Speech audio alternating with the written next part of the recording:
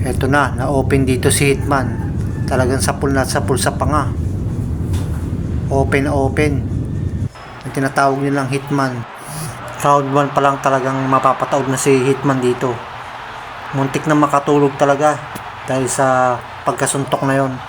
Nabilangan dito ng referee. Talagang hilo-hilo siya kay Pacquiao. Kasagsagan pa ni Pacquiao nito. Pero kumpiyasan talaga dito si Hitman. Oh, talagang napapasugod talaga siya eh. Hindi siya tumba talaga. Hindi siya nadala sa laban nila ni Mayweather.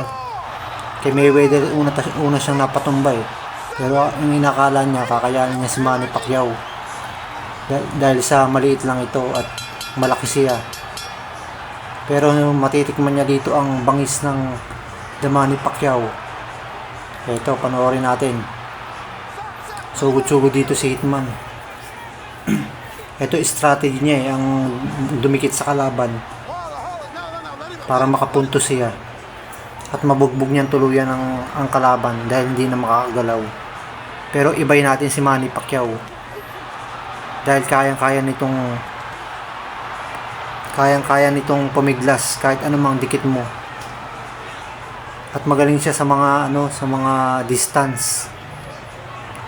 Kapag nako-corner siya sa ring, talagang kaya niyang tumikal, hindi kagaya ng ibang boksingero na kapag na-corner na sa ring, hindi na alam ang gagawin kung paano tumikal sa ring at kaya nabubugbog. Pero iba si Manny Pacquiao. Ito, talagang timing dito. Tumba si Ricky Hatton. Akala nga natin dito talagang namatay si Ricky Hatton, pero hindi naman. Talagang kinapos ng hininga. Panalo dito si Manny Pacquiao, tuwan-tuwa. Tuwan-tuwa si